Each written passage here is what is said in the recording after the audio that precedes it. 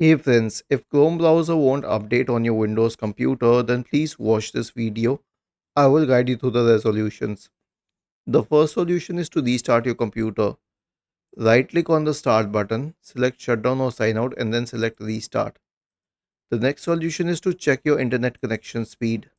So open any browser and go to fast.com and check the speed of the internet connection. Is it good enough? The next solution is to clear Chrome cookies, browsing data, and cache. I'll show you how this is done.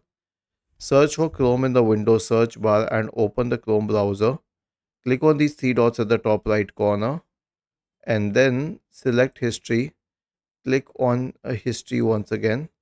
Select Delete Browsing Data. Change it to All Time. Click on Delete the data once again. Okay. And the last solution is to reset Chrome.